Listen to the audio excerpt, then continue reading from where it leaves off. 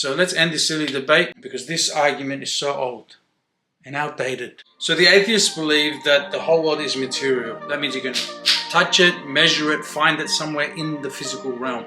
However, here are three things that make that absolutely not true at all. So the first one is mathematics.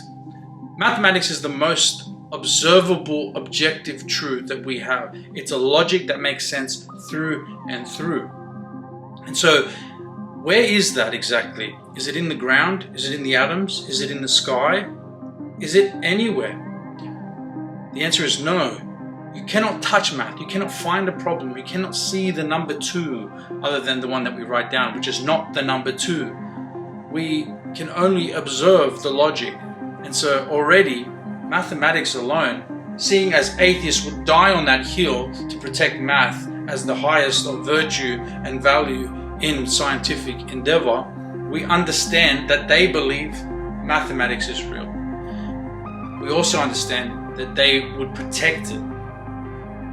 So, if that is real and it's non-material, then how can everything in the world be material alone? Number 2, philosophy.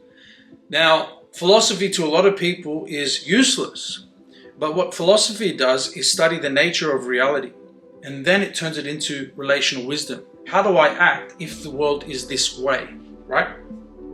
So, it teaches you ideas of truth, for example. And science would not be here if it were not for the philosophies that came beforehand.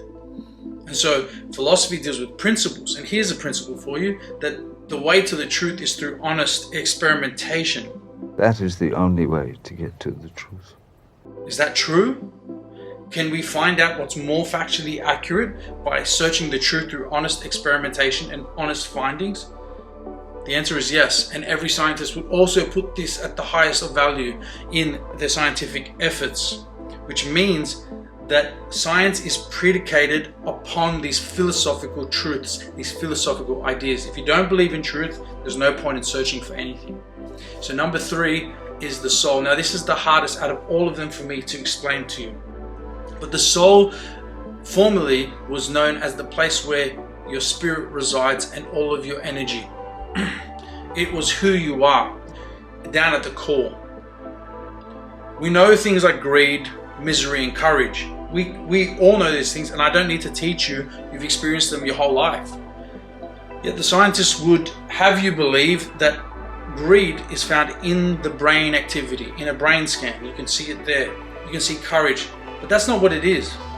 That is what the brain does and what the body does when you are experiencing or going through that pattern of behavior.